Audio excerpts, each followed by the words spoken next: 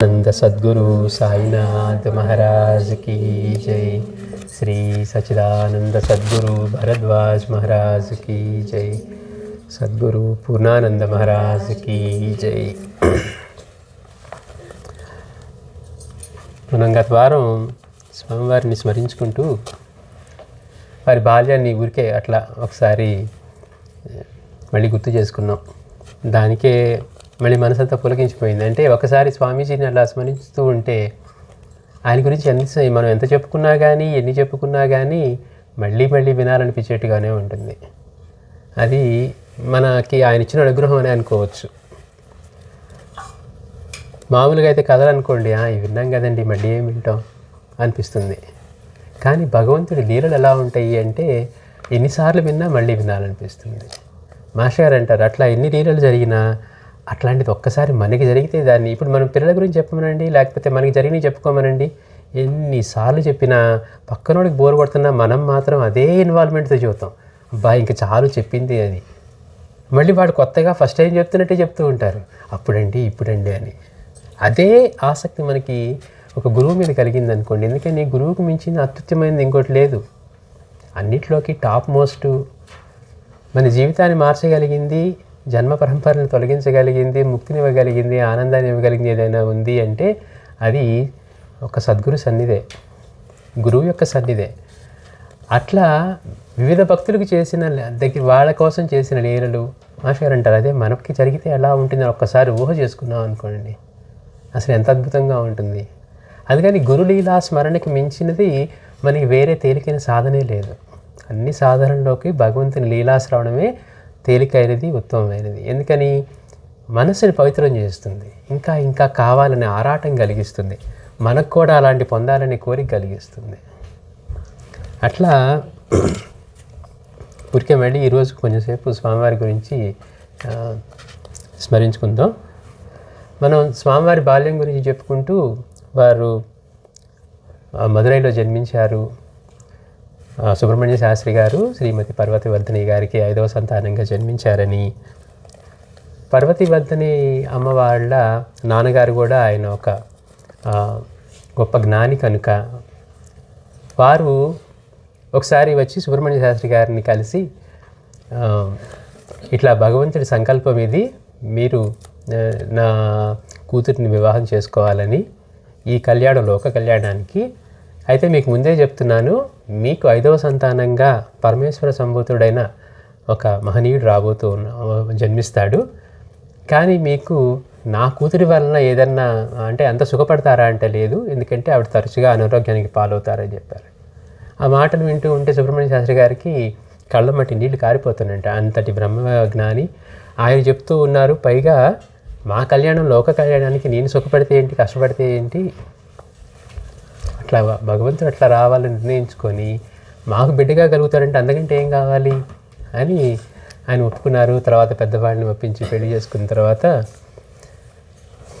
ఆ పర్వతి అమ్మగారికి బిడ్డలు పుట్టిన, చూడండి గమ్మత్తు, మొదటి బిడ్డ ఓకే, తర్వాత 2వ బిడ్డ, 3వ బిడ్డ, 4వ బిడ్డ వాళ్ళు కొద్ది రోజులకే విడిపోయారనమాట.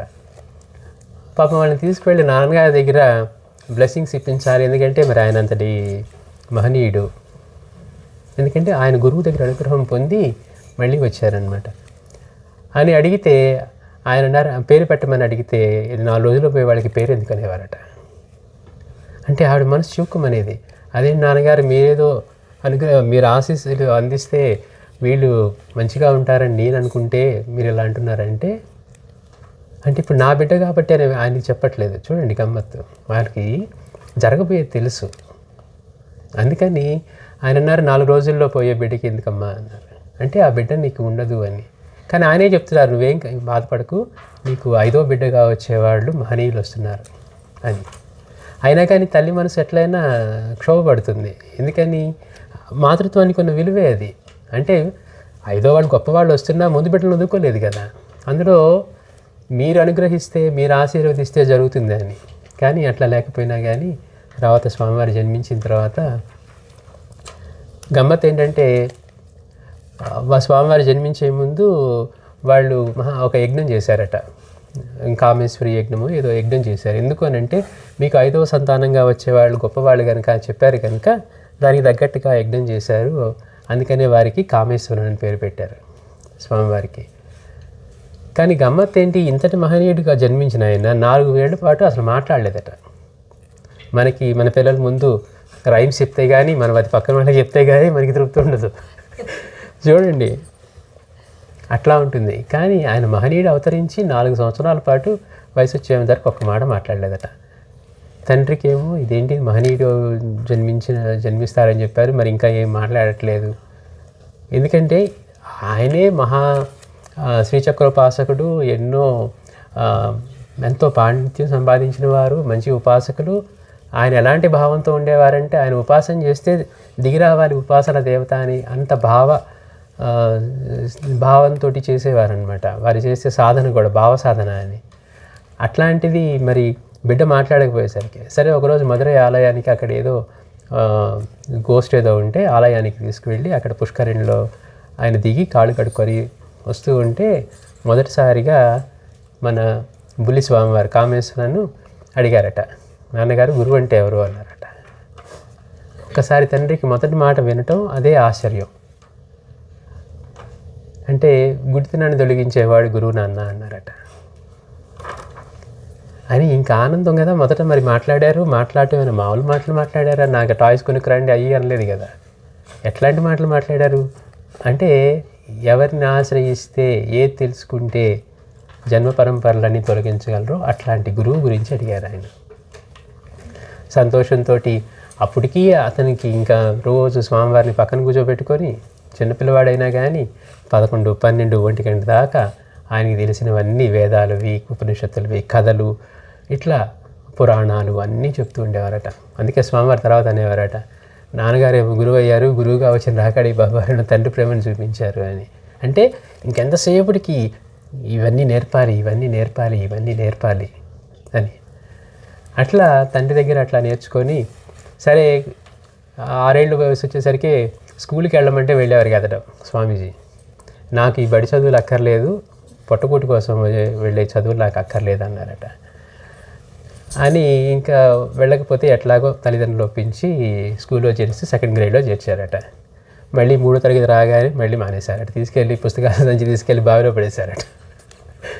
నాకు ఈ బడి చదువులు వద్దు అంటే అప్పుడు ఎట్లాగా వాళ్ళ నాన్నగారు ఒప్పించారు, నువ్వు ఇంకా చాలా అధ్యయనం చేయాలి, సంస్కృత గ్రంథాలు చదవాలి, మన వేదాలు చదువుకోవాలన్నా ఇవన్నీ కావాలి కాబట్టి అని చెప్పి ఒప్పించారంట. సరే నేను కొంతవరకు చదువుతాను, ఆ తర్వాత చదవను అని చెప్పి ఆ వయసులో కూడా ఎట్లా ఉండేవారు స్వామివారు అంటే సంచారం పడేసి వెళ్ళిపోయి ఆలయంలో కూర్చొని అట్లానే ఒక చోట మూల కూర్చొని ధ్యాన సమాధిలో ఉండేవారట. పిల్లలందరూ ఇంటికి వచ్చినా కానీ స్వామీజీ రాలేదు, కామేశ్వరం రాలేదని చెప్పి వాళ్ళ నాన్నగారు అంతా ఊరంతా వెతుకుతుంటే లేదు మీ పిల్లవాడిని అక్కడ మందిరంలో చూసామని చెప్పేవారట. ఈయన వెళ్ళేసరికి ఆయన దీర్ఘమైన సమాధిలో ఉండేవారట.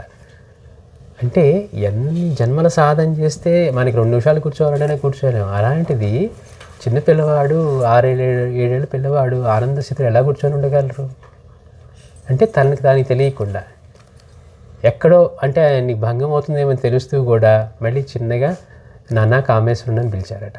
అంటే అంత తీవ్ర సమాధిలో ఉన్నది కూడా వాళ్ళ నాన్నగారి పిలుపు వెళ్ళి స్వామివారికి అది లోపల తాకి ఆయన కళ్ళు తెరిచి చూసిన తర్వాత ఆయన ఇంటికి తీసుకువెళ్ళటం. అలాగే స్కూల్ పిల్లల్ని తీసుకొని శ్మశానానికి వెళ్ళారని చెప్పుకున్నాం. స్వామీజీ అనేవారట, అంటే పిల్లలకి మనకి ఎట్లా ఉంటుంది భయం, శ్మశానం అంటే భయం. కానీ ఎవరు అంటారు ఇది పరమ పవిత్రమైన శివస్థానం అన్నారు.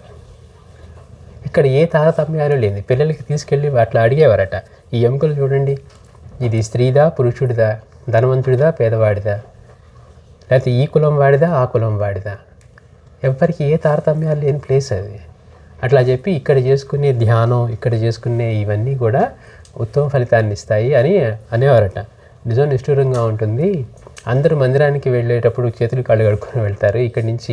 ఇక్కడి నుంచి ఇంటికి వెళ్ళేప్పుడు కూడా మళ్ళీ కడుక్కొని వెళ్తారు శ్మశానం నుంచి. కానీ శ్మశానం వెళ్ళినప్పుడు కడుక్కోకూడదని చెప్తారట. అంత పవిత్రమైన క్షేత్రం అని. మనకి ఎందుకు అనిపిస్తుంది, మనకి భయం, అమ్మ అక్కడికి వెళ్ళిపోయారంటే ఇంకా రారు కాబట్టి అనిపిస్తుంది.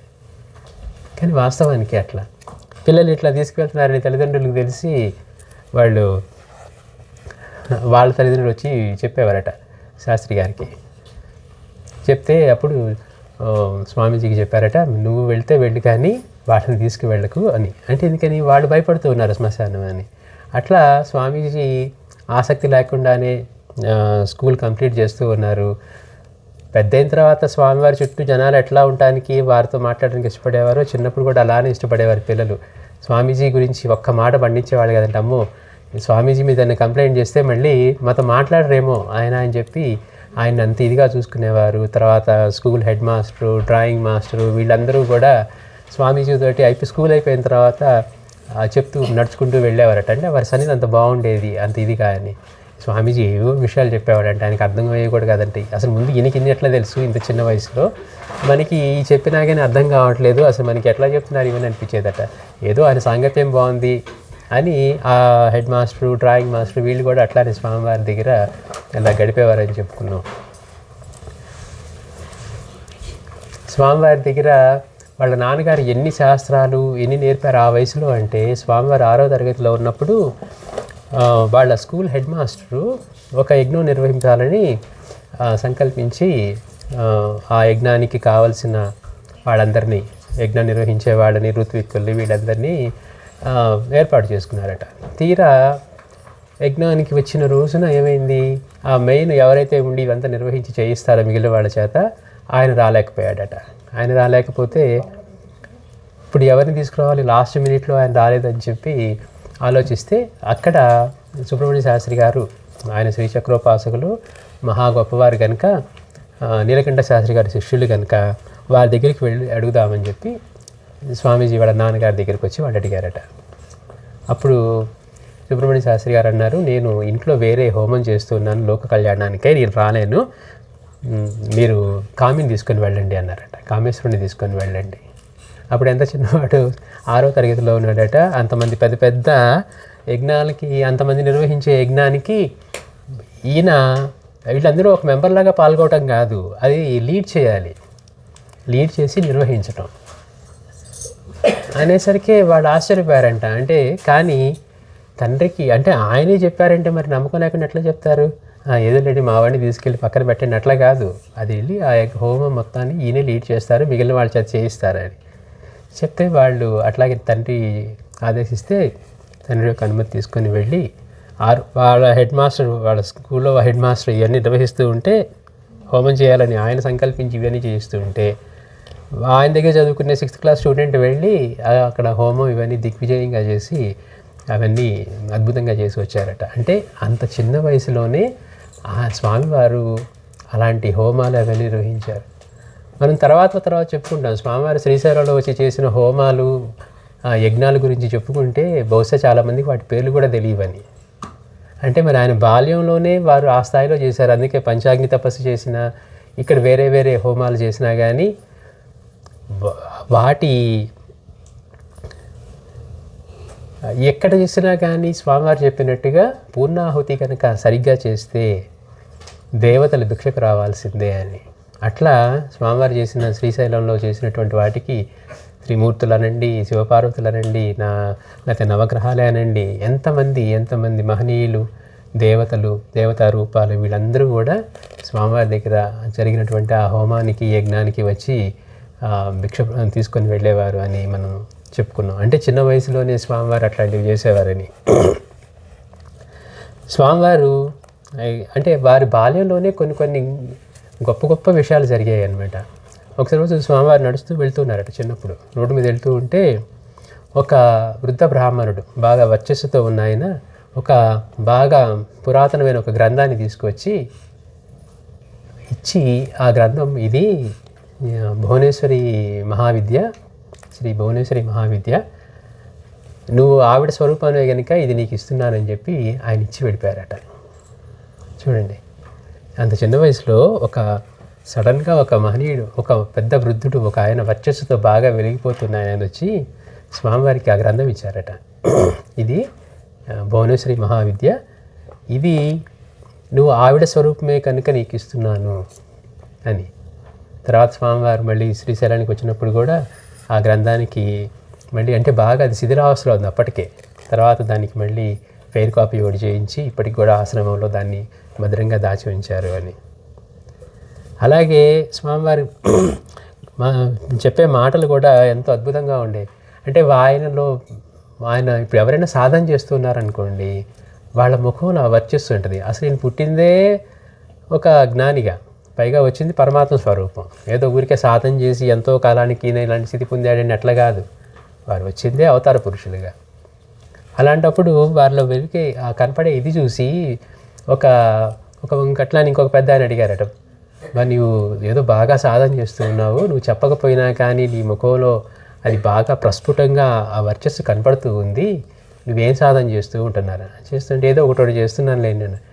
కాదు నువ్వు అది ఏ మంత్రం చేస్తావో చెప్పొచ్చు కదా అన్నారట. అనేసరికి స్వామివారు అన్నారట, ఏమండి ఇది అడగటం బాగాలేదు, ఇట్లా ఎవరన్నా ఎదురైతే ఇంటికి వస్తాననొచ్చు, ఇల్లు చూపించండి అనొచ్చు, కానీ ఇంటికి వచ్చి ఇంట్లో ఉన్న మీ ఆవిడ చూపించండి అని అడగకూడదు. అట్లాగే ఉంది మీరు అడిగేది, మీరు ఏ మంత్రం చేస్తారని ఆయన అట్లా పదే నొక్కి అడుగుతుంటే స్వామివారు ఆ వయసులో చూడండి ఎంత బాల్యంలోని ఇదంతా అట్లా చేశారట. తండ్రి దగ్గరేమో ఆయన నేర్చుకోవాల్సినవి నేర్చుకుంటూ ఉన్నారు. ఒకసారి వాళ్ళ నాన్నగారు ఏదో ఒక పని చెప్పారట, వెళ్ళి అక్కడ వాళ్ళ పెద్దనాన్నగారి వాళ్ళ దగ్గర ఏదో వెళ్ళి తీసుకురమ్మని చెప్తే వెళ్ళటానికి స్వామివారి దగ్గర డబ్బులు లేక, అంటే అక్కడికి ఆ పక్క ఊరు వెళ్ళాలి కదా అని వెళ్ళలేదట. సాయంత్రానికి వాళ్ళ నాన్నగారు వచ్చి వెళ్ళొచ్చావా అంటే దానికి పైకం లేదని వెళ్ళలేదంటే, గురువు నేను తండ్రినే కాదు నీ గురువుని కూడా నేను ఒక మాట చెప్పిన తర్వాత ఆలోచించకుండా ఆ పని చేయాలి, అంతే తప్పించి నాకు అన్ని లగ్జరీస్ ఇస్తేనో టికెట్స్ ఇస్తేనో వెళ్తాను అనకూడదు, ఎలా అయినా సాధించుకోవాలి గురువు ఆజ్ఞిస్తే అని చెప్పేసరికి ఇంకా స్వామివారు లేచి, స్వామివారు అనగానే చిన్నప్పటికి ఇంకా కామేశ్వరనే, చిన్నప్పుడే లేచి ఇంకా సరే నాన్నగారు చెప్పారు కాబట్టి అని చెప్పి రోడ్డు మీదకి వెళ్తుంటే కొంచెం దూరం నడిచిన తర్వాత ఒక వెహికల్ వచ్చి ఆగిందట, ఒక ట్యాంకర్ లాంటిది వచ్చి ఎక్కడికి వెళ్తున్నావు అక్కడివే అని చెప్పి అట్లా పలానా చోటికి వెళ్ళాలంటే వాళ్ళు ఎక్కించుకొని పైసా తీసుకోకుండా మళ్ళీ ఎక్కడో ఆయనకి కావాల్సిన స్నాక్స్ ఏవో కొనిపెట్టి, అంటే చూడండి దారిలో ఆకలి అవుతుంది కదా, అట్లా తీసుకెళ్ళి అలా పంపించటం. అంటే నాన్నగారు చెప్పారు కాబట్టి ఏమైనా చేయాలనుకుంటే ఆ దీక్ష వహిస్తే మనకి ప్రకృతి దానికి స్పందిస్తుంది. అందుకని ఆ మధ్యలో అవి అన్నీ ఆ వెహికల్ అందటం కానివ్వండి, లేకపోతే స్వామివారికి అవి ఇవి కొనిచ్చి వాళ్ళు పంపించడం కానివ్వండి, ఇట్లా అయితే కొంతకాలానికి స్వామివారికి వాళ్ళ నాన్నగారు కాలం చేసే సమయానికి, అప్పటికి ఇంకా చిన్నవాడే కదా, కాలం చేసే సమయానికి పాపం వారికి తెలుసు ఇంత తట్టుకోలేరని. అందుకని ఏం చేశారట, ఆయన స్వామీజీని పిలిచి మీరు ఏదో అక్కడికి వెళ్ళి వేరే వాళ్ళ దగ్గరికి వెళ్ళి వాళ్ళని కలిసి రమ్మని మాట్లాడరమ్మనేదో చెప్పారు. సరే స్వామీజీ తెలియదు కదా ఏం జరగబోతుందో, వెళ్ళి వచ్చేసరికి అక్కడికి వెళ్తే వాళ్ళు లేరట. సరే ఏదో ఇంపార్టెంట్ పని చెప్పమన్నారు కదా అని వాళ్ళు వచ్చేదాకా వచ్చి రెండో రోజు మూడో రోజుకి వచ్చేసరికి వాళ్ళ నాన్నగారు అప్పటికి ఇంకా వాళ్ళు సిద్ధి పొందారనమాట. ఇంకా ఆయనకి అంటే మరి తండ్రితో ఎంతటి అనుబంధం, తండ్రితోటి విపరీతమైన అనుబంధం, ఇంకా అసలు వదిలే పనే లేదు కదా.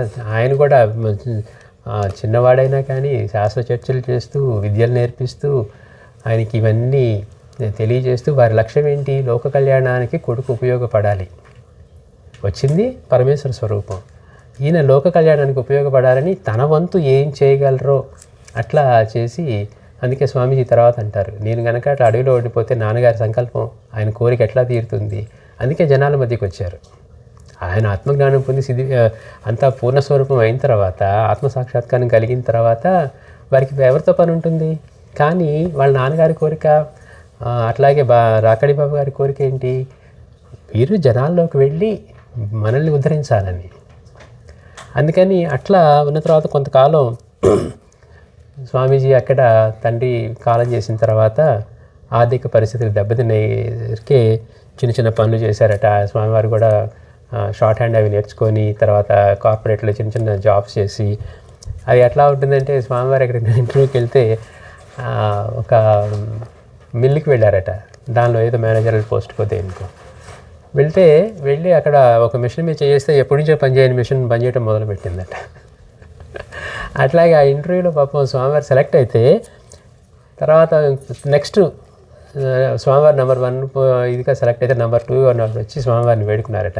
ఏమండి మీరు ఎక్కడికి వెళ్ళినా ఉద్యోగం సాధించుకోగలరు, నాకు ఎంతో అవసరంలో ఉన్నాను నేను, ఇది మళ్ళీ దొరకకపోతే వేరే దొరకదు అని చెప్పి స్వామివారిని అడిగితే ఆయనకేం చేయాలని ఏముంది, అట్లాగే ఇచ్చేసారట. ఇచ్చేసి బస్ ఎక్కి వస్తూ ఉంటే బస్సు ట్రైన్లోనే ఎక్కడో ఆ సర్టిఫికేట్ అన్న బ్యాగ్ కొట్టేశారట.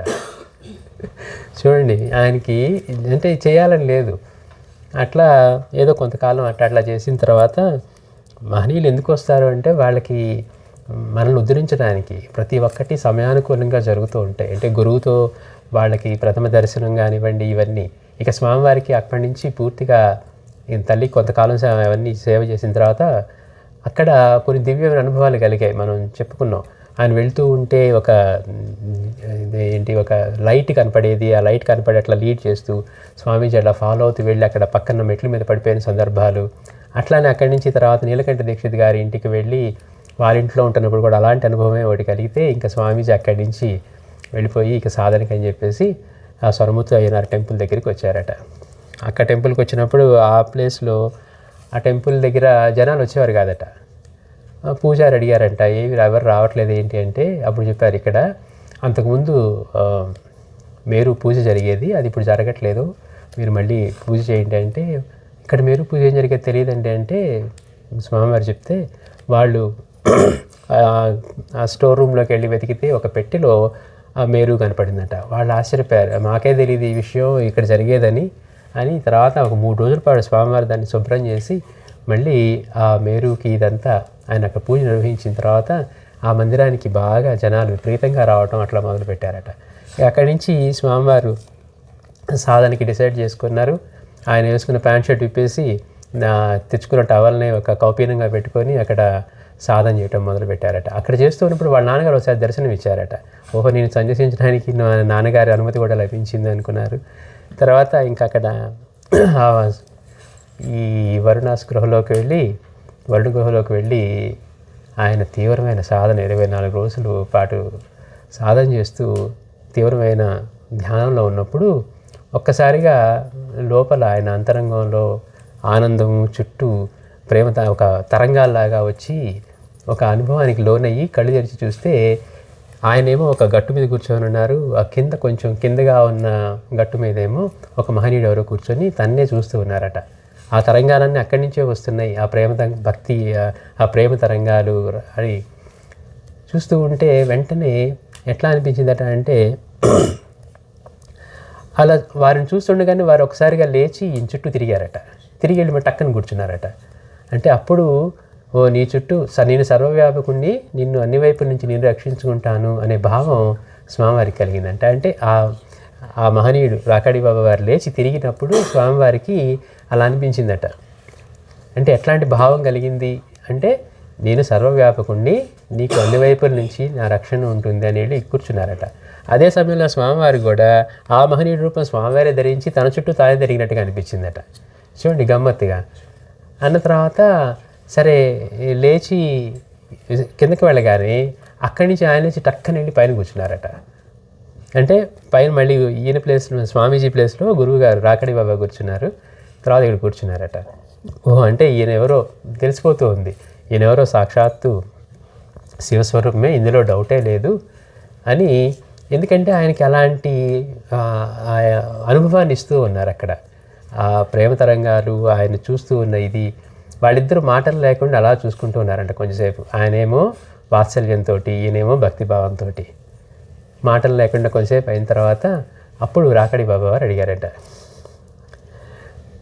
నువ్వు బ్రాహ్మణుడివై ఉండి కూడా ఇంత చిన్న వయసులో ఉండి భయం లేకుండా ఆకలి దప్పులు కూడా పట్టించుకోకుండా 24 రోజుల నుంచి భోజనం లేకుండా చేస్తూ ఉన్నావు అని అన్నారట. ఇదే ఉత్తమమైంది శివ. మరణశీలైన మానవుడు రోగాలతో మరణించడం కంటే ఇటువంటి తపస్సులో చేస్తూ ఉత్తమమైనది పొందడం కోసం ప్రాణం వదలటమే ఉత్తమం అని చెప్పారట. అని చెప్పిన తర్వాత ఇంకా బాబాని అట్లానే చూస్తూ ఉన్నారట. చూస్తూ ఉంటే ఆకలిగా ఉందా అన్నారట. అంటే పూర్వత్వం కోసమే పడే ఆకలి ఏదైతే ఉందో అది మిమ్మల్ని చూసిన తర్వాత ఉపశమించింది అన్నారట. చూడండి గమ్మత్తు. నేను పూర్ణత్వం చెందాలని పొందే ఆ ఆకలి ఏదైతే ఉందో అది మిమ్మల్ని చూసిన తర్వాత శమించింది అంటే మీ రాకతోటి అన్నప్పుడు బాబా అన్నారట, అని నీకేమైనా తినడానికి ఇవ్వనా అన్నారట. మీరు ఎలా అనుగ్రహించదలుచుకుంటే అలా అనుగ్రహించండి అన్నారట. చూడండి మాటలు కూడా ఎంత అద్భుతంగా ఉన్నాయంటే వాళ్ళిద్దరి మధ్యలో. అంటే సరే రాకాడి బాబా లేచి ఆ పక్కన ఒక రాయి దగ్గరికి వెళ్ళి చెయ్యి పెట్టి ఇలా తీసుకొచ్చారట. తీసుకొస్తే ఒక విస్తర, దానిలో వేడివేడిగా అన్నం, రెండు ఈ ఆకు డొప్పల్లో ఒక దానిలో రసం, దానిలో గడ్డ పెరుగు అట్లా ఉన్నాయట. తెచ్చి తీసుకోమని అంటే ఆయన ఆకలితో ఉన్నారు స్వామీజీ అని చెప్పి ఇస్తే ఆయన తీసుకొని కలుపుతూ అంటే వారి ప్రేమ వారి కరుణ ఇదంతా కూడా చూస్తూ తినపోతూ ఒక్క నిమిషం ఆగి మీకు సమర్పించకుండా నేను ఎట్లా తింటానంటే ఆయన అన్నారట, బాబా చూడండి గమ్మత్తు, మాస్టర్ గారి దగ్గర ఒక అనుభవం వేరుగా ఉంటుంది. మాస్టర్ గారి దగ్గర ఏమో ఏదైనా మనం తినేటప్పుడు ముందు సమర్పించాలని చెప్తారు. అందుకే వెంటనే మాస్టర్ గారు బాబా దగ్గరికి వెళ్ళినప్పుడు ఆయనది ప్లేట్ ముందుకు నెట్టి అనుకుంటారు. అప్పుడు ఆయన ప్రశంసిస్తారు, బేట్ శివ, నువ్వు శివుడే సాక్షాత్తు సాధువు రూపంలో ఉన్నప్పుడు ఆయనకే ముందు ఎందుకు సమర్పించకూడదని ఇస్తూ ఉన్నావు అని. రమణానంద ఏమో అప్పుడు తినేస్తారు కదా రమణ బాబా. కానీ అక్కడ మాస్టర్ అనిపిస్తుంది, ఇక్కడ స్వామీజీ ఆఫర్ చేస్తున్నప్పుడు అని అంటారు, నీకు సమర్పించేవాడు అవసరమైతే ఆయన సృష్టించుకోలేడా, నువ్వు తినమని చెప్పి తృప్తిగా తిను అని ప్రోత్సహించి, ఒక బిడ్డ తింటూ ఉంటే తల్లి ఎలా చూస్తుందో ఆనందంగా, పాపం బిడ్డ ఆకలితో ఆవురావరు మంది తింటూ ఉంటే ఎట్లా ఉంటుందో అట్లా స్వామివారు మనకి అది ఆహారంగా కనపడుతూ ఉన్నా అది ఆయన అనుగ్రహం. అట్లా స్వీకరించిన తర్వాత సడన్గా లేచారట బాబా. బాబా లేచి వెళ్తూ ఉంటే అంటే ఏం చెప్పట్లేదు, టకటక వెళ్ళిపోతుంటే స్వామివారు అలా చూశారట. చూస్తే స్వరముత్తు అయ్యనార్ అని చెప్పి అలా వెళ్ళిపోయారట. వాళ్ళ యొక్క మొదటి ఆ కలయిక కూడా ఎంత అద్భుతంగా ఉంటుందో. అంటే గురువు యొక్క దర్శనం కలగటం, అక్కడ అనుగ్రహం కలగటం. రాకాడి బాబా చరిత్ర చూసుకున్నా కానీ మనకి రాకాడి బాబా కూడా గురు దర్శనం కోసం వెళ్తూ ఉన్నప్పుడు ఆకలితో అడవిలో ఉన్నప్పుడు ఆ వర్షం పడుతూ ఉన్నప్పుడు అక్కడెవరో ముసలావిడ ఉండి, నా కొడుకు పక్కన ఊరికి వెళ్ళాడు, వాడి కోసం వంట చేస్తున్నాను, నువ్వు వచ్చి లోపల విశ్రాంతి తీసుకొని ఆహారం స్వీకరించని చెప్పి పిలిచి ఆయన చక్కగా తిని ప్లేట్ గడికి పక్కన పెట్టి నిద్రపోయిన తర్వాత పొద్దున్న లేస్తే అక్కడ ఏమీ లేవు.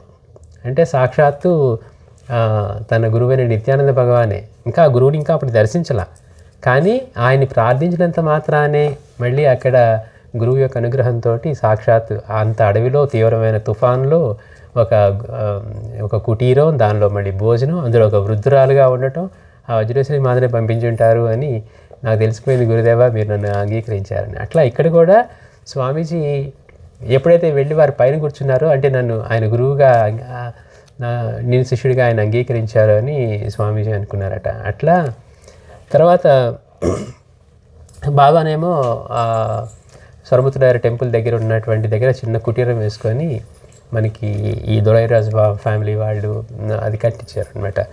అక్కడ ఉండేవారట. ఈయనేమో ఇక్కడ సాధన చేస్తూ ఉన్నారు, బాబా దర్శనానికి వెళ్తూ ఉండేవారట. ఆ సంఘటనలోనే మనం ఎన్నో చెప్పుకున్నాం అనమాట.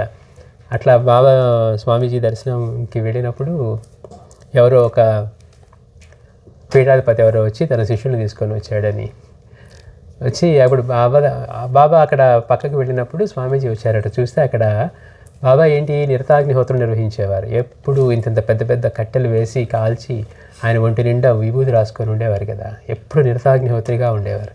అయ్యో ఇక్కడ కట్టెలు తక్కువగా ఉన్నాయని చెప్పి స్వామీజీ కట్టెలు కొట్టుకొద్దామని బాబా వచ్చే లోపల వెళ్ళారట. ఇందులోకి బాబా రావటం, అందులోకి ఆ పీఠాధిపతి కూడా వచ్చి అడిగారట, మీకు ఎంతమంది శిష్యులు, మీరు ఏమి చదువుకున్నారు అంటే ఏమేమి చదివారు శాస్త్రాలు అని.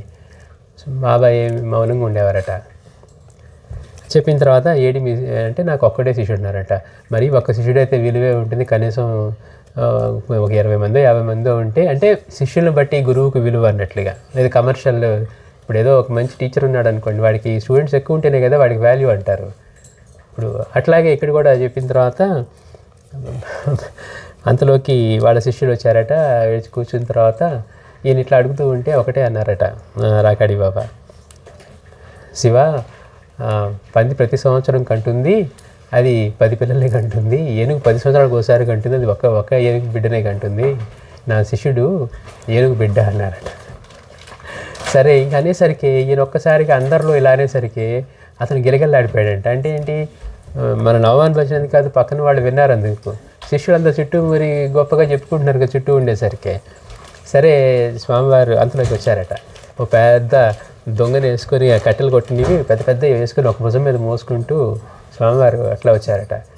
చూసి ఏం శివ ఎందుకు అంత పెద్ద పెద్ద మోసుకొచ్చావంటే ఒక్కటే అన్నారంట స్వామి, నేను ఏనుగు బిడ్డని బాబా, నేను మీ బిడ్డని ఏనుగు బిడ్డని అన్నారట. అంటే చూడండి గమ్మత్తుగా ఉంటాయి. అంటే స్వామీజీ దూరంగా వీళ్ళు ఉన్నారు కదా, నేను ఇక్కడ అన్నమాట ఆయనకి ఎట్లా వినపడింది అనుకున్నారట బాబా.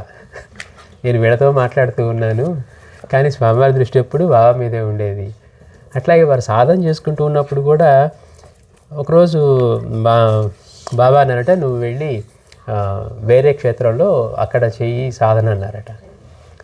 చేస్తే అక్కడికి చెప్పారు కనుక ఆ ప్లేస్కి వెళ్తే ఆ ప్లేస్కి వెళ్ళి సాధన చేయటం మొదలుపెట్టిన తర్వాత 5 రోజుల పాటు భిక్ష దొరకలేదు.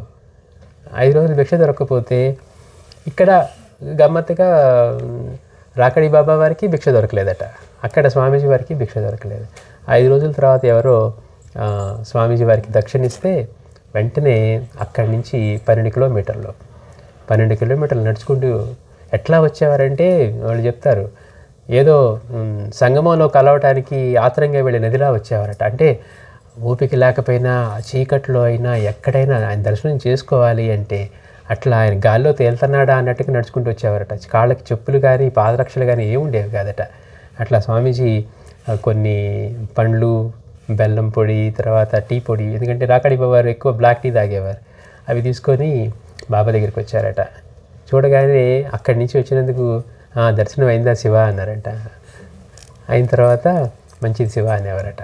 అయిపోయింది అంటే ఇంక వెళ్ళిరండి అని 12 కిలోమీటర్లు నడుచుకుంటూ వస్తే స్వామీజీ బాబా వారి దర్శనం చేసుకున్న మళ్ళీ కొన్ని నిమిషాలకే మంచిది వెళ్ళిరా అనేవారు. కానీ శివ సాధన ఎట్లా సాగుతుంది, ఇంకా తీవ్రతరం చేయి అని చెప్పి ఇంకా అంతా మీ దెవెలు బాగా జరుగుతుంది బాబా అంటే ఇంకా తీవ్రతరం చేయి, అది పొందటమే మన లక్ష్యం అని చెప్పి బాగా ప్రోత్సహించేవాళ్ళు.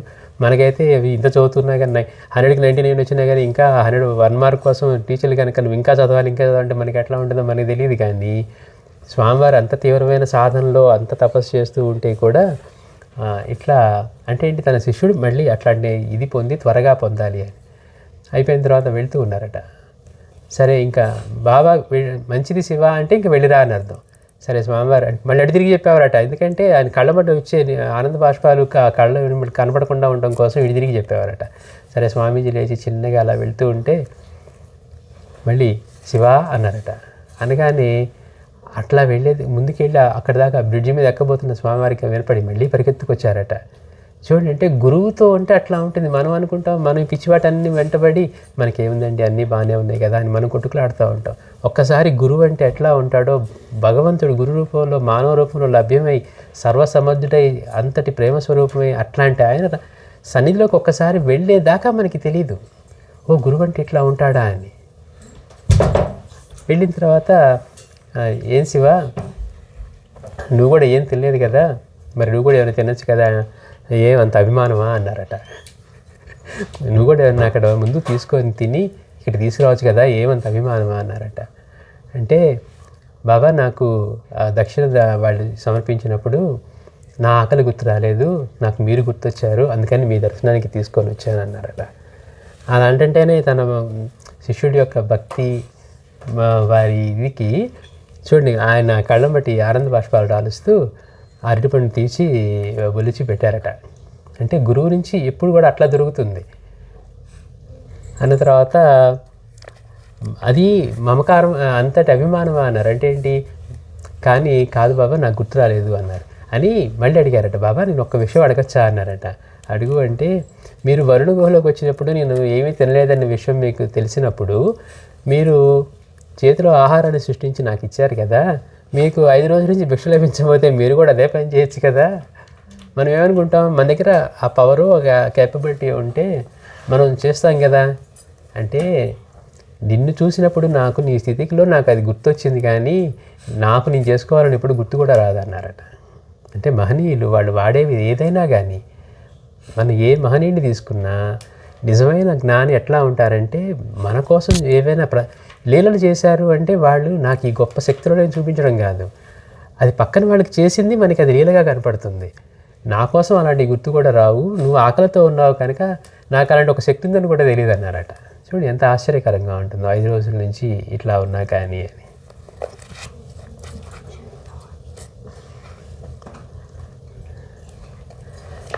అట్లాగే బాబా దగ్గర ఇంకా అప్పుడప్పుడు బాబా మనం పరీక్షలు పెడుతూ ఉండేవారు స్వామీజీకి కూడా. ఒకసారి ఇది ఎప్పుడట, ఇక మా వరుణ గుహలో నుంచి ఈ తపస్సు చేస్తూ ఉన్నారు, రావాల్సిన మధురమైన గడియలు వచ్చేసాయి, ఆత్మసాక్షాత్కారం కలిగింది, స్వామి అటువంటి ఆనంద స్థితిలో ఉండిపోయారట. ఉండిపోయి ఇంక అందులో నుంచి బయటకు వచ్చిన తర్వాత వారికి అనిపించింది ఇంక పొందాల్సింది పొందేసాం కదా, ఇక శరీరం ఎందుకు త్యజించేస్తే పోతుంది అనుకున్నారట. అనుకొని ఎప్పుడైతే అట్లా భావం వచ్చిందో అక్కడి నుంచి రాకాడి బాబా వారికి అర్థమైపోయింది, స్వామివారికి పూర్ణానందుడికి ఆత్మసాక్షాత్కారం కలిగింది, కానీ ఇప్పుడు ఎట్లాంటి ఆలోచన చేస్తున్నారంటే ఇంకెందుకు దేహం అని ఆలోచన చేస్తున్నాడని అక్కడి నుంచి ఆగు శివ అన్నారట. అంటే ఇంకా స్వామివారు ఎక్కడ దేహత్యాగం చేసేస్తారో వదిలేస్తారో పట్టించుకోకుండా అని ఆగు శివ అని చెప్పి, అంటే ఎక్కడ 60 కిలోమీటర్ల దూరం నుంచి పిలిచారట. పిలిస్తే 60 కిలోమీటర్ల దూరం నుంచి స్వామివారికి వినపడి అక్కడి నుంచి ఎక్కడ వస్తున్నారు స్వామి అని మళ్ళీ నడుస్తూ ఉంటే ఆగు అని మేము వస్తున్నామని చెప్పి ఆ తర్వాత చిన్నగా సవ్వడి, అంటే బాబావారు దగ్గర చిమ్టా ఉంటుంది కదా, ఆ సవ్వడి చేస్తాడు. అక్కడి నుంచి ఇక్కడికి వచ్చిన తర్వాత మళ్ళీ వాళ్ళిద్దరూ కలిసి అట్లా మళ్ళీ ఆశ్రమానికి వచ్చారు. అక్కడి నుంచి మళ్ళీ క్షేత్రాలు తిరగటానికి వెళ్ళారట స్వామీజీతోటి, రాకాడి బాబాతోటి. అట్లా మనం ఒక సుబ్రహ్మణ్య స్వామి క్షేత్రానికి వెళ్ళినప్పుడే పరీక్ష పెట్టడానికి అన్నట్టుగా బాబా శివ నాకు ఆకలిగా ఉంది అన్నారట. అంటే బాబా ఆకలిగా ఉందనేసరికి అట్లా నేను వెళ్ళి భిక్ష చేసుకొస్తానంటే, కాదు అదిగో ఆ పక్కనున్న సాధువులు చూడు, వాళ్ళందరూ ఆ భిక్షువులందరూ కూడా ఆ మెట్ల మీద కూర్చొని ఇక్కడే కూర్చొని సాధించుకుంటున్నారు, మనం మాత్రం ఎందుకు వెళ్ళాలి అన్నారట. అంటే వెంటనే ఇద్దరు చెరువుక గుడ్డపరిచి, పైనేమో రాకాడి బాబా వారు, కింద బాబావారు స్వామీజీ అట్లా గుడ్డను పరిచి ఆ మందిరంలో కూర్చున్నారట. ఇద్దరు కళ్ళు మూసుకుని కొంతసేపు ఉన్న తర్వాత కళ్ళు తెరిస్తే వీళ్ళు వచ్చిన వాళ్ళంతా అక్కడ కొంతసేపు చూస్తే దక్షిణ తీశారట. వెంటనే పెద్దగా రాకాడి బాబా పెద్దగా నవ్వారట. చూడు శివ, నా దగ్గర అన్ని చిన్న చిన్న నాణ్యాలు పావలాలే పెద్దగా అన్నట్టుగా ఉన్నాయి, అన్నీ చిన్న చిన్న పైసలు లేకపోతే అణాలు ఇట్లా వేశారు. స్వామీజీ వారి దగ్గర మాత్రం ₹2 నోట్లు, రూపాయి నోట్లు ఇట్లాంటి పెద్దవి. అంటే అప్పట్లో భిక్షకి ఎంత వేస్తారు, ఆవిడ ₹10 అట్లా వేరు కదా, పైగా అప్పటి డబ్బు విలువ కూడా వేరు వేశారు. నువ్వేమో కోమల స్వరూపుడివి, ఎర్రగా ఉంటావు, బాగా చదువుకున్నావు, బ్రాహ్మణుడివి, నేనేమో నల్లగా ఉంటాను, పొట్టిగా ఉంటాను, రూపం కూడా ఇట్లా, అందుకని అని చెప్పారట. రూపం ఉన్నవాడు విద్యావంతుడు, ధనవాను అని చెప్పి అన్న తర్వాత మనమైతే ఓహో నిజమే కావాలనుకుంటాం. స్వామివారు అట్లా అనకుండా, కాదు కాదు బాబా, నాకు వేరేలా అనిపిస్తుంది, భగవంతుడికి దక్షిణ సమర్పించినప్పుడు ఎప్పుడైనా భగవంతుడి పాదాల దగ్గర సమర్పిస్తారు, దక్షిణ తీసుకెళ్ళి పైన పెట్టరు కదా, కానీ మీరు పైన కూర్చున్నారు, కింద పాదాలు ఉన్నాయి కాబట్టి అది ఇక్కడ వేశారు, ఇవన్నీ మీకు సమర్పించిన దక్షిణే అన్నారట.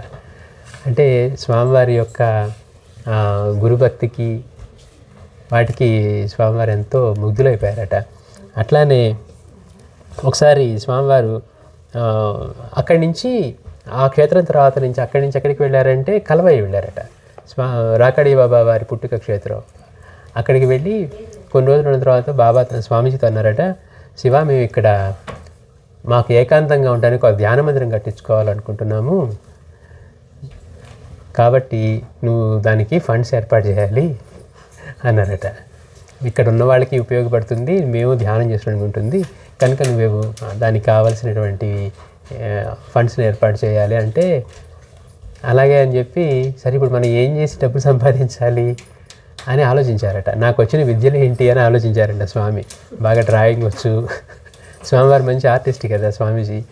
అట్లాగే జాతకాలు తెలుసు, జాతకాలు చూసి జాతక చక్రాలు చెప్పగలను, జాతక దోషాలకి ఏం చేస్తే జాతక దోషాలు పోతాయి చెప్పగలను, ఉద్యోగం లేని వాళ్ళకి, సంతానం లేని వాళ్ళకి ఏ సమయంలో ఎలాంటివి ఏం చేస్తే వాళ్ళకి అవన్నీ కరెక్ట్ అవుతాయి చెప్పగలను. సరే ఇవన్నీ చేసి చూద్దామని చెప్పి చెన్నై వచ్చారట. మద్రాసు వచ్చి ఒక పెద్ద హోటల్లో రూమ్ తీసుకొని ఇవన్నీ చేయడం మొదలుపెట్టారట. సరే 10 రోజులైంది, బాగానే వచ్చే డబ్బులు కొద్దిగా అందరికీ అవి చెప్పి ఏ సమయంలో ఏం చేస్తే వాళ్ళకున్న దోషం తొలగి ఉద్యోగాలు కానీ బిడ్డలు కానీ ఇట్లా ఇవన్నీ చెప్పేవారట, జాతక చక్రాలు ఇవన్నీ. అయిన తర్వాత 10 రోజుల తర్వాత ఇంకా సరే వెళ్ళి ఎంత డబ్బు ఉందో అది ఇద్దామని చెప్పి అక్కడ హోటల్కి, పెద్ద హోటల్ కదా బాగా, దాని ఖర్చులు మెయింటెనెన్స్ ఇవన్నీ పోయిన తర్వాత చూస్తే 300 మిగిలాయంట. సరే 300 తీసుకువెళ్ళి బాబా గారి దగ్గరికి పెడితే, ఏమనికి వస్తే శివ ఇవి అన్నారట. ఇవి కనీసం మనం ఫౌండేషన్ వేయడానికి కూడా పనికిరావు, చాలవు, పనికిరావు అంటే చాలవు అన్నారట. అట్లాగా సరే మళ్ళీ వెళ్ళి ఆయనకు తెలిసిన విద్యలతోటి మళ్ళీ తీసుకొచ్చారట 2-3 సార్లు. ఇక బాబా విసిగిపోయారట. 2-3 సార్లు తెచ్చినా కానీ చాలవు ఇవి మరి కొద్దే అనేసరికి ఇక స్వామీజీ ఆలోచిస్తున్నారట, బాబాకి తెలుసు నేను సర్వసంగ పరిత్యాగినని, ఇప్పుడు నన్ను ఇంతకంటే ఎక్కువ తెమ్మంటే నేను ఎక్కడి నుంచి తేవాలి అనుకుంటున్నారట. ఇక బాబా ఒకసారి వాయిస్ పెంచారంట, ఇదిగో నువ్వు తెచ్చేదాకా ఉండేట్లయితే ఇది అయ్యే పని కాదు, 10 రోజుల్లో తెచ్చావా సరే, లేకపోతే మేమేదో మేము చేసుకుంటామన్నారట. సరే ఇప్పుడు ఏం చేయాలా అని బయలుదేరి ఆ చెన్నైలోనే ఒక ప్రసిద్ధమైన క్షేత్రానికి ఆలోచించుకుంటూ వెళ్ళారట. వెళ్ళి ఆ చెన్నై ఆ మందిరంలో ఒక ఇదేమంటారు కొలను ఉంటాయి కదా లోపల, అక్కడ దాని మధ్యలో ఒక మందిరం ఉందంట, చిన్న మంటపం. దానిలో కూర్చొని బాబాకి చెప్పుకున్నారంట, బాబా మీరు నాకు 10 రోజులు ఇచ్చారు, నేను మీకు 3 రోజులు ఇస్తున్నా నన్ను ఇందులోంచి బయటపడేయటానికి. మీరు నాకు ఇది కలిగించేంత వరకు నేను ఏమీ ముట్టను, ప్రాణం నిలుపుకోవటానికి ఒక్క నీరు మాత్రమే తీసుకుంటాను. మీరు 10 రోజులు ఇచ్చారు, నేను మీకు 3 రోజులు ఇస్తున్నా మీ శిష్యుని ఇందులోంచి బయటేయటానికి, ఏం చేస్తారు అని చెప్పి అట్లా కూర్చొని స్వామీజీ ధ్యానంలో ఉన్నారట. ఆ పూజారి గమనిస్తూ ఉన్నాడు. వచ్చి పాపం ఆయన గుళ్ళో నైవేద్యం తెచ్చి, స్వామివారిని చూసి కళ్ళు తిప్పుకోగలిగిన వాళ్ళు ఎవరుంటారు? ఆయన చూస్తేనే పచ్చగా మెరిసిపోతూ ఆ వర్చస్సుతోటి అప్పటికీ ఆత్మజ్ఞానం పొందిన వాళ్ళు ఎట్లా ఉంటారు? అసలు స్వామివారి రూపం గురించి చెప్తారు. అసలు ఎవరు చెప్పినా కానీ, అంటే మనం భగవంతుడి గురించి అవతారాల గురించి చెప్పినప్పుడు చెప్తూ ఉంటారు, వాళ్ళ రూపం చూస్తేనే సమ్మోహన పరిచేదని. స్వామీజీ గురించి ఎవరు చెప్పినా అట్లానే చెప్తారు. అసలు వారిని చూస్తూ ఉంటే తలదిప్పుకోలేమని, మళ్ళీ ఎప్పుడు చూస్తావా వారిని అని. ఎట్లా ఉంటారు వారు? చెట్టు కింద కూర్చోను, చిన్న కౌపీనం పెట్టుకోను, లేకపోతే మామూలుగా ఏదైనా వస్త్రం ధరించి ఉంటారు తప్పించి ఏదో బాగా గ్రాండ్గా ఉంటారండి, ఒక మహారాజులా ఉంటారండి కాదు. కానీ ఆయన నుంచి ఆ రేడియేట్ అయ్యే ఏమంటారు పీస్, జాయ్, డివైన్ ఎనర్జీ ఏదైతే ఉందో కట్టిపడేస్తుంది అనమాట. అందులోనూ మహాసుందరమైన రూపం. సరే ఆ పూజారి కూడా చూస్తూ ఉన్నాడట. చూసి మిగిలిన వాళ్ళైతే ఏదో నైవేద్యం అవగానే ప్రసాదం పెడితే తీసుకుంటారు, నేను కదిలి కూడా రావట్లేదు, ఆయనే వచ్చి కాస్త నైవేద్యం తీసుకోండి, అది నైవేద్య ప్రసాదం ఉంది, ఇప్పుడు నివేదన చేశానంటే, లేదు నాకు ఇప్పుడు తీసుకోను, ఒక మంచినీళ్ళే నేను తీసుకుంటుంది, ఇలా ఉన్నాను అని. అక్కడ అతనికి ఆ మందిరానికి ఒక పెద్ద ఆవిడ వచ్చేవారట. ఆవిడ వచ్చి, ఏమండి అంతకుముందు ఎప్పటి నుంచో ఆ పూజారికి చెప్తున్నారు, ఇక్కడికి ఎవరన్నా మహాత్ములు వస్తే నాకు తెలియజేయండి, నేను ఒకసారి వెళ్ళి వాళ్ళకి ఇంటికి తీసుకువెళ్ళి సేవ చేసుకోవాలని ఉందని. ఈయన ఒకరోజు చూశాడు, 2వ రోజు చూశాడు, స్వామివారు దేనికి కదలట్లేదు, అక్కడే కూర్చొని ఉంటే ఆవిడ కబురు చేశాడంట, అదిగో నువ్వు వెతుకుతున్న మహాత్ముడు దొరికాడు, వచ్చి ఆయన్ని ఒప్పించి నువ్వు చేసుకో అంటే, పెద్ద ఆవిడ వెళ్ళి స్వామివారిని బాగా, నేను నీకు తల్లి లాంటి దాన్ని బాబు, నా కోరికను మన్నించి ఇంటికి వచ్చి మీ సేవ చేసుకొని అని చెప్పి, ఇంకా స్వామివారికి అవకాశం కూడా ఇవ్వకుండా తల్లి ప్రేమని భక్తిని చూపిస్తూ స్వామివారి చేపట్టేసుకొని తీసుకెళ్ళడానికి వెళ్ళారట. సరే ఎట్లాగో వాళ్ళ ఇంటికి తీసుకువెళ్ళింది. ఆవిడెవరు అంటే వాళ్ళు కూడా ఒక భజన సత్సంగం లాంటివి చేసుకునేవాళ్ళు. ఆ ఇంటికి వెళ్ళేసరికి అందరినీ పిలిచేసి ఏర్పాట్లు చేసి అక్కడికి వెళ్ళిన తర్వాత స్వామివారికి మేము అభిషేకం చేసుకుంటాము, మీరు కాదనొద్దు అని చెప్పి ఆయనన్నిటికీ ఒప్పించి స్వామివారికి చేస్తూ ఉంటే, ఆ వచ్చిన వాళ్ళలో స్వామివారి బంధువులు అంటే స్వామివారికి బంధువులు ఒకరు ఉన్నారంట. చూసి గుర్తుపట్టారట, కానీ స్వామివారు మాట్లాడించాలి అంటే ఇప్పుడు తెలిసిపోతుంది ఆయన ఎవరో అని. కానీ స్వామివారు గుర్తుపట్టారు, ఆవిడ గుర్తుపట్టారు. అయిపోయింది. అందరూ వచ్చిన వాళ్ళందరూ అసలు ఈయన ఎవరో కైలాసం నుంచి శివుడే వచ్చాడు అన్నట్టుగా ఉన్నారు. స్వామివారికి తలస్నానం చేయించి ఆ జటరంతా తీసి అసలు చూస్తూ ఉంటే వాళ్ళకి అదొక పండగలాగా అయిపోయింది. అంత అయిపోయిన తర్వాత, మీకు ప్రాపంచికమైన వాటితోటి అవసరం ఏమి ఉండదని తెలుసు, మీరు సర్వసమర్థులు, కానీ మేము తరించడానికి మా దగ్గర నుంచి ఏమైనా స్వీకరించండి అన్నారట. చూడండి ప్రార్థన ఎట్లా ఉందో. మీకు ఇవేం అవసరం లేదని తెలుసు, మీరు సర్వసమర్థులు, మనం ఏమనుకుంటాం, దక్షిణ ఇస్తే మనం దక్షిణ ఇచ్చామనుకుంటాం, మేము తరించడానికి మాకు అవకాశం ఇవ్వండి, స్వీకరించండి అని అడిగారంట వాళ్ళు. అంటే స్వామీజీ అన్నారట, మా గురుదేవులు అక్కడ ఉన్న ఊర్లో ప్రజల కోసం ఒక ధ్యాన మందిరం కట్టిస్తూ ఉన్నారు, ఆ ధ్యాన మందిరానికి మీరేమైనా ఇవ్వదలుచుకుంటే, ఆర్థిక సహాయం చేయదలుచుకుంటే అవి స్వీకరించడానికి మాకేమీ ఇబ్బంది లేదు అన్నారట. అనేసరికి వాళ్ళు ఆనందంగా స్వామివారికి అక్కడ దక్షిణ అవన్నీ సమర్పించారు. సో అవన్నీ అంటే మరి అప్పుడు దాకా ఏంటి, స్వామివారి స్వయం శక్తితో సాధిద్దాం మనకు తెలిసిన వాటితో చేస్తూ ఉన్నారు. కానీ ఇక్కడ ఏం చేశారు, బాబా నా వల్ల కాదు, నువ్వే మార్గం చూపించాలి, నేను 3 సార్లు 4 సార్లు తెచ్చినా ఇవి సరిపోవన్నారు, నా గురించి మీకు తెలుసు, మీరే సహాయం చేయాలని స్వామి బాబా కూడా 3 రోజులు టైం ఇస్తే ఆ 3వ రోజుకి ఇలా జరిగింది. సరే అవన్నీ డబ్బులు తీసుకుంటే కొన్ని వేలల్లో ఉన్నాయట. స్వామీజీ సంతోషంగా తీసుకెళ్ళి బాబా గారికి ఇస్తే ఆశ్చర్యపోయారట బాబా, ఇవన్నీ ఇందుకు 3 రోజులు ఎలా సాధించామని. బాబా మీకు తెలియదు ఏముంది, ఇదంతా మీ అనుగ్రహమే అనగానే అప్పుడు అన్నారట, శక్తి కంటే భక్తి గొప్పది శివ అన్నారట. గుర్తుపెట్టుకోవాలి, మనం శక్తి ఉండగానే మనం సాధించుకోగలం అనుకుంటాం. శక్తి కంటే కూడా భక్తి గొప్పది, గురువు యొక్క అనుగ్రహానికి మించింది ఏమీ లేదు, ఇది అర్థమైంది కదా అన్నారట. చూడండి ఎంత గమ్మత్తో స్వామీజీకి బాబా చెప్పిన మాట. అట్లా ఆ ధ్యాన మందిరం కట్టించారు. తర్వాత కొంతకాలం, కొన్ని సంవత్సరాల తర్వాత మళ్ళీ స్వామీజీ మళ్ళీ ధ్యాన మందిరానికి ఒకసారి వచ్చారట. ధ్యాన మందిరానికి వచ్చినప్పుడు వెంకటరామరాజుని, తర్వాత బిఆర్కే గారిని తీసుకొని బయలుదేరి వచ్చారు. ఈ వెంకటరామరాజు గారి మధ్యలో ఆయన ఏదో ఒక మందిరం చూస్తూ నేను ఇంకో రోజు ఇక్కడే ఉండి తర్వాత వస్తానన్నారట. సరే స్వామీజీ అను బిఆర్కే గారు వెళ్ళారు. అక్కడ ఆ కలువైలో బాబా గారి ఇల్లు ఉండే ప్లేస్ అదంతా కూడా హరిజనవాడ. ఆ హరిజనవాడలోకి వెళ్తారు పాపం. వెళ్ళి అక్కడ స్వామీజీ వీళ్ళందరూ కూడా అక్కడ ధ్యాన మందిరాన్ని శుభ్రం చేసి దానికంతా ఒక ఇదానికి సున్నం కొట్టించి అట్లా చేశారట. ఈ కొంచెం లేటుగా వస్తున్నాడు కదా ఈ వెంకటరామరాజు వస్తూ ఉంటే స్వామీజీ వాళ్ళు అడ్రస్ ఇచ్చారు. ఈ అడ్రస్లోంచి వస్తూ ఉంటే ఇదేంటి, ఇది హరిజన్ వాళ్ళలాగా ఉందని అనుకుంటూ వస్తున్నాడట. లోపలికి వస్తూ ఉంటే ఎట్లా ఉంటాయి బాగా అంటే మనం కొంతకాలం క్రితం ఆలోచించండి, ఎట్లా ఉంటాయి డెవలప్ కానివి హరిజన్ వాళ్ళు ఎట్లా ఉంటాయి అంటే ఎక్కడ పడితే అక్కడ మురికిగా ఈ పడేసిన కుళ్ళిపోయిన శరీరాలు, ఈ జంతువులు ఇవన్నీ వాటి కోసం గద్దలు ఇవి కొట్టుకుంటూ, కాకులు గద్దలు కొట్టుకుంటూ అట్లా ఉందట. ఎక్కడ చూసినా దుర్వాసన వస్తూ ఉందట. ఇదేంటి స్వామీజీ తప్పు అడ్రస్ ఇచ్చారా, నేను తప్పు అడ్రస్లోకి వస్తున్నానా అనుకుంటూ ఇదంతా హరిజన్ వాళ్ళలా ఉంది అని ముందుకు వచ్చిన తర్వాత అప్పుడే స్వామీజీ బిఆర్కే గారు ఆ ధ్యాన మందిరం అంతా చేసి బయటకు వస్తున్నారట. చూసి ఆశ్చర్యపోయారట. అప్పుడు అర్థమైంది, ఓహో రాకాడి బాబా వారు అంటే అప్పుడు దాకా వాళ్ళు ఏదో ఎక్కువగా వేరే పెద్ద దానిలో జన్మించిన వారు అనుకున్నారు. కానీ అర్థమైపోయింది.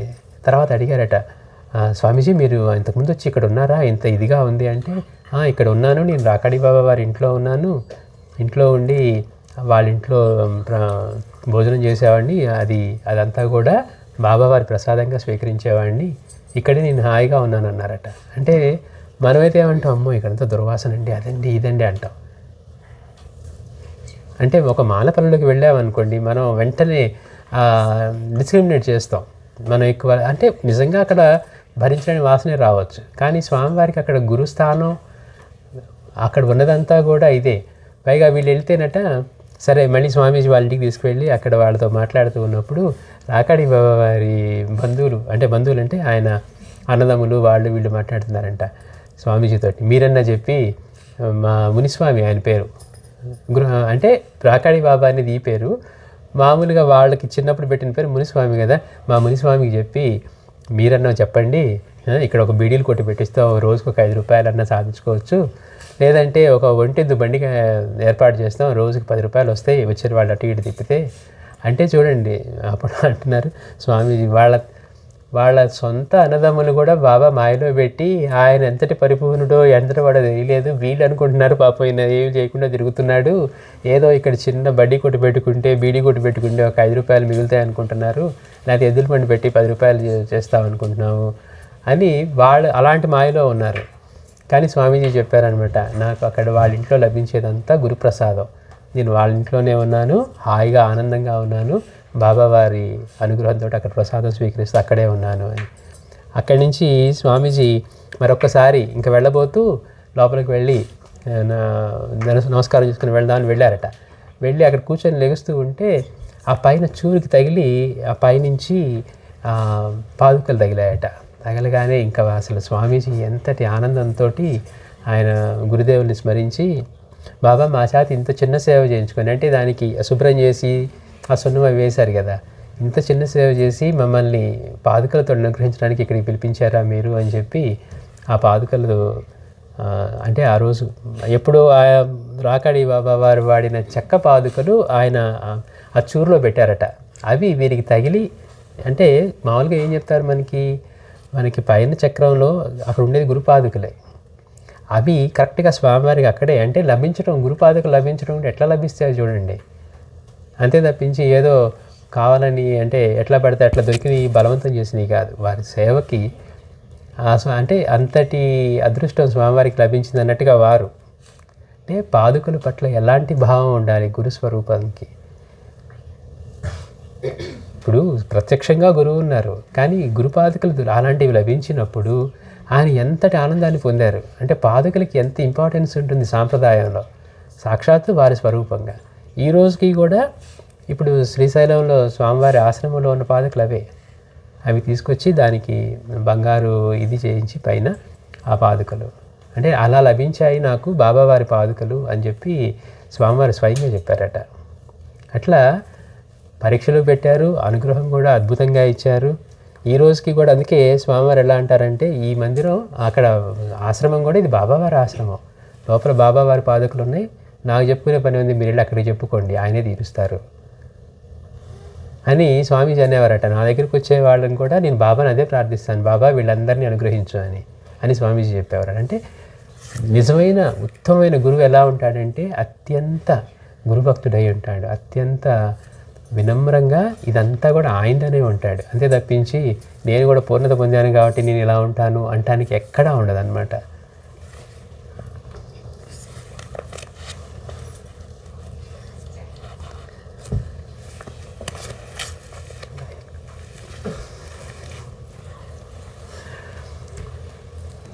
ఇదంతా కూడా స్వామివారు ఇప్పుడు దాకా మనం చెప్పుకుంది బాల్యం నుంచి, తర్వాత అక్కడి నుంచి స్వామివారి సాధనకి అట్లా వచ్చి గురువుతోటి అక్కడ గురు దర్శనం అయ్యి తర్వాత గురువుతో ఉన్న సంఘటనలు చెప్పుకుంటూ ఉన్నాం.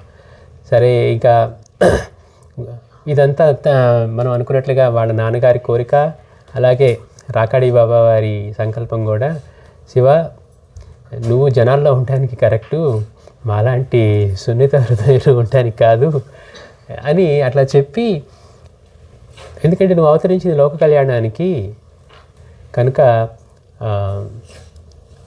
నువ్వు ముందు షిరిడీలోని సాయినాథుని వారిని దర్శించి వారు ఎక్కడ ప్రేరేపిస్తే అక్కడ నువ్వు స్థిరపడి సాగించు అని చెప్పారు. మరి అలాంటి మహనీయుడి సన్నిధి మీద వెళ్ళాలంటే కష్టం, కానీ రాకాడి బాబా వారు శిష్యుడిని తన దగ్గర పెట్టుకొని సేవలు చేయించుకోవచ్చు. కానీ అలా కాదు, వాళ్ళకి లోక కళ్యాణం జరగాలి, తన శిష్యుడు ఎక్కడున్నా వచ్చిన మానవ శ్రేయస్సు కోసం వచ్చారు కనుక అని. సరే, ఇంకా కొంతకాలం వీళ్ళంతా గడిపిన తర్వాత ఇంకా లాస్ట్ బాబా అనుమతి ఇచ్చి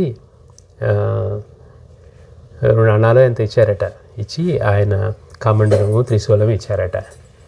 బాబా వెళ్తూ ఉంటే స్వామీజీ బాబా పాదలకు నమస్కారం చేసుకుని వెళ్తూ ఉంటే ఎందుకో అనిపిస్తుందంట, నేను శిష్యుడికి తగినంతగా ఇవ్వలేదేమో, షిరిడీ వెళ్ళమన్నారు అంటే అప్పుడు స్వామీజీ అన్నారంట, లేదు బాబా మీరు కావాల్సిన వాటికంటే సమృద్ధిగా ఇచ్చారు అని చెప్పి ఆ కమండలము అవన్నీ అక్కడ పెట్టేసి ఇక వెళ్తూ ఉంటే స్వామివారు ఆయన అటు తిరిగి మామూలుగా కళ్ళంబడి గారుస్తూ ఉన్నారట. ఇక స్వామీజీ బయలుదేరి షిరిడీకి నడుచుకుంటూ వెళ్ళారు. చూడండి గమ్మత్తు. అక్కడి నుంచి, ఎందుకంటే రాకాడి బాబా వారు అక్కడి నుంచి నడిచి వెళ్ళారు, గణేష్పూర్ నుంచి. నిత్యానంద భగవాను వెళ్ళారట. అంటే ఆ ముగ్గురు మా అతిరథ మహారాజులు అందరూ కూడా షిరిడీ సాయినాథుడి దర్శనానికి షిరిడీ వరకు నడుచుకుంటూ వెళ్ళారు. ఆ వెళ్ళే మధ్యలో కూడా స్వామీజీ ఇబ్బందులు కూడా పడ్డారు. అంటే నడుచుకుంటూ వెళ్తూ ఉంటే ఒకరోజు అక్కడ నడుస్తూ వెళ్తున్నారంట, ఎవరో ఒకడు బైక్ మీద వెళ్తూ ఈయన చూసి ఒక కాయిన్ విసిరేశాడంట దక్షిణలాగా. స్వామీజీ ఆపి ఇంగ్లీష్లో తిట్టారంట, అసలు ఇదే నా సంస్కారం, నీకు పెద్దవాళ్ళని ఎట్లా గౌరవించాలో తెలియదా, మహనీయుల్ని అనేసరికి ఒక్కసారిగా బిత్తరపోయి దారిలోకి వచ్చి ఇంటికి తీసుకువెళ్ళి ఆయన పూజ చేసి షిరిడి ఎక్కడికి వెళ్తారని తెలుసుకొని షిరిడి టికెట్లు అవి కొనిచ్చారట. ఇచ్చిన తర్వాత స్వామీజీ వచ్చేసి ఆ టికెట్లు వేరే వాళ్ళకి ఇచ్చేసి వాళ్ళని పంపించి స్వామీజీ మాత్రం నడుచుకుంటూ వెళ్తూ ఆయన నీరసంతో పడిపోయారట. పడిపోతే అక్కడ మనం అప్పుడు చెప్పుకున్నాం, ఆ రోడ్డు పక్కన ఈ పైప్స్ ఉంటాయి కదా, వాటిలో చిన్న చిన్న వాళ్ళు పాపం ఇల్లు లేని వాళ్ళు ఉంటారు కదా, ఈ భిక్ష చేసుకునే వాళ్ళు చూసి ఆయన ఎవరో పడిపోయారు ఆయన అని చెప్పి వాళ్ళు తీసుకెళ్ళి ఆ పైపుల్లో పెట్టి ఆయనకి కొన్ని రోజులు సేవ చేసి స్వామీజీ కోలుకునేదాకా వాళ్ళు చూసుకున్నారట. వాళ్ళు ఎన్ని జన్మల పుణ్యమో చూడండి. అసలు అలాంటి భావన అంటే మనకి ఎందుకులేండి, మనకి పెట్టుకుంటే మనకే లేవు, మనం ఏం చూస్తాం అనుకుంటాం. జనరల్గా ఆలోచన ఎట్లా ఉంటుంది, మనం ఏదైనా ఒకటి పెట్టుకోవాలంటే మనకేది ఎందుకు మళ్ళీ ఎక్స్ట్రా అనుకుంటాం. వాళ్ళకి పాపం వెళ్ళి భిక్ష చేసుకోవాలి. అలాంటి వాళ్ళు అలా సహాయం చేసి, అంటే సహాయం కాదు, వాళ్ళకి ఆయన ఇచ్చిన అనుగ్రహం అనుకోండి. అట్లా వాళ్ళు సేవ చేసి స్వామీజీ కోలుకున్న తర్వాత అప్పుడు వెళ్ళనిచ్చారట.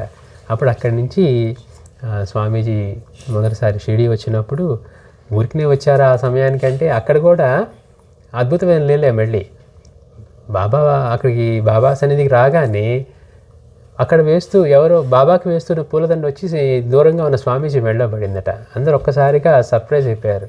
అదేంటి బాబా మెడలో దండ వేస్తుంటే అదే వెళ్ళి ఎగిరి స్వామీజీ మెడలో పడిందని. ఇంకందరూ ఆశ్చర్యంతో వారి మహనీయులని చెప్పి జనాలు గుమిగూడేసరికి బాబా వారి సన్నిధిలో అట్లాంటి గందరగోళం సృష్టించడానికి స్వామివారికి ఇష్టం లేక కామ్గా వచ్చేసారట. వచ్చేసి దానిలో ఉన్న మందిరంలోకి పైకి వెళ్ళారట. ఆ పైకి వెళ్ళి ఒక రూమ్ తలుపు తీసి లోపలికి వెళ్ళారట. అక్కడ బాబా కోసం ఈ రమణానంద గారు ఎప్పటి నుంచో రమణ బాబా బాబా ప్రత్యక్ష దర్శనం కావాలని చెప్పి తమిళనాడు నుంచి వచ్చేసి అన్నపానీయాలు అని కొంతకాలంగా బాబా ప్రత్యక్ష దర్శనం కావాలి ఎదురు చూస్తూ ఉన్నాడు. ఇక అతను అవసాన దశకు వచ్చేసాడు అన్నట్టుగా ఉన్నప్పుడు స్వామీజీ వారు అక్కడికి వచ్చారట. వచ్చి అక్కడ కూర్చొని ఉన్నాడు. అతనికేమో స్వామివారు బాబాలా కనపడుతూ ఉన్నారు. అప్పుడు దాకా లేని స్వామీజీ చేతిలో గ్లాస్ ఏం లేదట. అలాంటిది స్వామీజీ చేతిలో బత్తాయి రసంతో గ్లాస్ కనపడగానే అతను బాబా బాబా అనుకుంటూ లేచి బాబా దర్శనమైంది కదా అని సరే స్వామీజీ గ్లాస్ ఇచ్చారట, ఆరెంజ్ గ్లాస్ తాగి ఆయన వెంటనే మళ్ళీ అంటే అప్పుడు దాకా కోల్పోయిన ఓపిక అనే ఇవన్నీ ఒక్కసారిగా వచ్చేసాయి. అయిన తర్వాత ఇంకా స్వామీజీ ఏం మాట్లాడి వెనక్కి తిరిగారట. వెనక్కి తిరగానే అప్పుడు వారి జటాజోటం ఇవన్నీ కనపడ్డాయంట. అదేంటి, ఇంతకు ముందు క్షణం బాబాను చూశాను, బాబా నాకు దర్శనం ఇచ్చి స్వయంగా నాకు ఈ జ్యూస్ ఇచ్చారు, ఇప్పుడు ఎవరు ఈయన మళ్ళీ ఇటు చూస్తే ఎవరో ఈ ఇదంతా కూడా ఇట్లా వెళ్తూ ఉన్నారని చెప్పి వెంటబడ్డారట. వెంటబడి అమ్మో ఈయన ఎవరో సామాన్యుడు కాదు, సాక్షాత్తు బాబా స్వరూపం.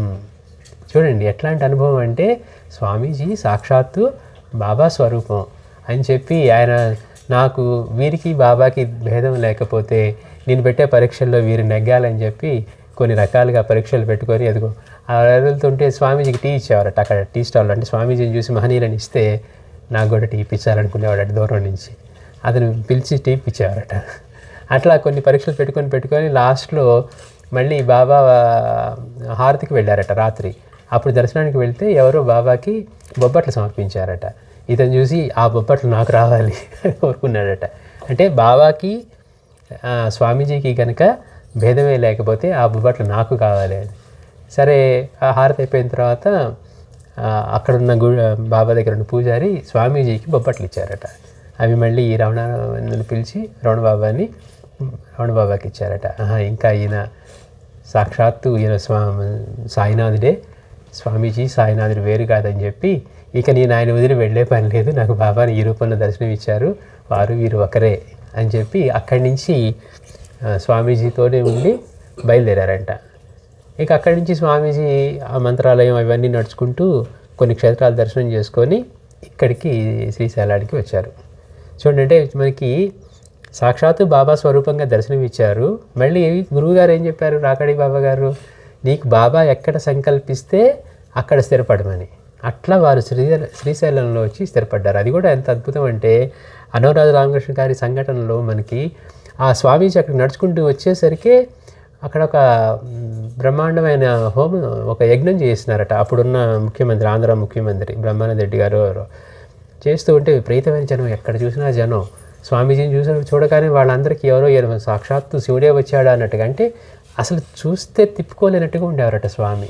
ఆ జటాజుటంతో, ఆ వర్చస్సుతోటి, అది బ్రహ్మ తేజస్సు కనపడతా ఉంటుంది, ముఖంలో వెలిగిపోతూ ఉండే. ఏంటి సాక్షాత్తు శివుడే వచ్చాడని అందరూ గుమిగూడారంట. స్వామీజీకి జనాలు గుమిగూడితే ఇష్టం ఉండేది కదట. ఇక అక్కడి నుంచి పక్కకు తప్పుకొని ఆ టీడీ మండపం దగ్గరికి వచ్చి కూర్చుంటే, అప్పుడు ఆయన అనురాధ రామకృష్ణ గారు అట్లా వెళ్తూ ఎందుకో ఒకసారి వెనక్కి తిరిగి చూశారు. నేను చూస్తున్నట్టుగా అనిపించి స్వామీజీ దగ్గరికి వచ్చి, నా రూమ్ ఖాళీగానే ఉంది, మీరు కావాలంటే లోపల కూర్చొని రెస్ట్ తీసుకోవచ్చు అని అన్నప్పుడు వారు సమ్మతించి లోపలికి వెళ్ళారట. అట్లా వెళ్ళి 2-3 రోజులు ఉన్నారు. అప్పుడు ఈయన ఎవరు ఏంటి అంటే రమణ బాబా గారు చెప్పారు, వీరి పేరు శ్రీ పూర్ణానంద స్వామి, వీరికి బాబాకి భేదమే లేదని అనుభవం ఇచ్చారు, అందుకే నేను వారితోనే ఉన్నానని. అంటే ఈయనకేమనిపించింది, ఏదో చెప్పాడులే, వీరు సామాన్యులు కాదు అది ఇది అని చెప్తే. సరే ఈయనకేదో అక్కడ భగవద్గీత వాటికని వెళ్ళి వస్తున్నాడంట. వచ్చేసరికి ఒకరోజు 3వ రోజు ఇట్లా వచ్చి తలుపు తీసేసరికి స్వామివారి ఆయన జటంతా విప్పి మంచం మీద ఇలా కూర్చొని ఉన్నారట. చూడగానే ఏంటి నీ కైలాసంలో ఉన్నానా, శివుడి ముందే ఉన్నానా అనుకున్నాడట. అంటే అలాంటి స్వరూపంతో దర్శనం ఇచ్చేసరికి ఇక అయిపోయిన తర్వాత మళ్ళీ మాట్లాడారట స్వామి. మాట్లాడిన తర్వాత ఇతనికి కోరిక కలిగింది, ఏమని, నాకు కూడా ఏదన్నా మంత్రోపదేశం తీసుకుంటే బాగుండు, నాకు అంతకుముందు ఎంతోమంది ఇస్తానన్నారు, అంటే గుళ్ళకి వాటికి అంతా సహాయపడేవాడట అని అనుకుంటే, ఆయన సరే స్వామీజీ అనుమతి ఇచ్చి మంత్రోపదేశానికి, మరి అక్కడ ఉన్న రూమ్లో ఏముంటాయి, ఏర్పాట్లు ఏముండవు కదా, వాళ్ళ స్నానానికి వాడుకునే బకెట్లు చెంబులు ఇవే ఉంటాయి, దాన్నే భావ ప్రధానంగా ఇదే కలశంగా చేసి ఆ రోజు ఆయనకి స్వామివారి అభిషేకం చేసి ఇచ్చారట. ఆ చెంబులో నీళ్లు పోసి స్వామివారు అతని చుట్టూ తిరుగుతూ అభిషేకం చేస్తూ ఉంటే ఇతనేమో ఇట్లా కూర్చొని చేస్తున్నట్టు ఎంతసేపు అయినా జరుగుతూనే దార పడుతూనే ఉంది. అతనికి మనసులో తెలుసు కదా స్వామివారి చెంబే తీసుకున్నారు ఇది అని. అంటే ఇంకెన్ని ఉన్నాయి నీళ్ళు అని ఇట్లా పైకి తీసి చూశాడంట. లాస్ట్ బుట్ట అలా పడిందట. అంటే ఆ లీల చూడు ఎట్లా జరుగుతుందో, స్వామివారి సంకల్పం మాత్రాన ఒకే దానిలో నుంచి ఎంతసేపు పోసినా అందులోంచి నీళ్ళు వస్తూనే ఉన్నాయి, ఆ పవిత్ర జలం. ఎప్పుడైతే ఇతని మనసులో అలాంటి వేరే ఆలోచన వచ్చిందో, ఏంటి చెంబులోనే కదా తీసుకుంది, ఇన్ని నీళ్ళు ఎలా వస్తున్నాయి అని ఇలా పైకి చూడగానే ఒక్కసారిగా ఆ నీరు ఆగిపోయిందట. అట్లా వారికి ప్రథమంగా అక్కడ స్వామీజీ దగ్గర నుంచి అట్లా మంత్రోపదేశం తీసుకొని వారికి అట్లా వచ్చి, ఇంకా అక్కడి నుంచి స్వామీజీ శ్రీశైలంలో స్థిరపడ్డారు. మళ్ళీ అంటే మనందరి కోసం బాబా యొక్క సంకల్పంతో ఎక్కడో మదురైలో స్వామివారు జన్మించి పరమేశ్వర స్వరూపం ఎంతోమంది మహనీయుల్ని దర్శించి తర్వాత వాళ్ళందరినీ దగ్గర ప్రశంసించబడి మళ్ళీ చివరికి మన కోసం శ్రీశైలం వచ్చారా అన్నట్లుగా స్వామివారు అక్కడికి వచ్చి మళ్ళీ మనందరినీ కూడా ఆయన దగ్గరికి తీసుకున్నారు. ఇట్లా స్వామివారి గురించి చెప్పుకోవటానికి మనకి ఎన్ని జన్మలైనా సరిపోదు. అంటే ఊరికే కొంచెంసేపు ఆయన స్మరించుకుందామని ఎంత చెప్పుకున్నా కానీ ఇందులో ఆయన అంటారు, సిద్ధుడు అంటాడు, ఒక్క లవలేశం కూడా ఉండదని, సముద్రంలో ఒక నీటి బొట్టులాగే. మళ్ళీ స్వామివారి గురించి మరొకసారి స్మరించుకుందాం. శ్రీ సచ్చిదానంద సద్గురు సాయినాథ్ మహారాజ్ కీ జై.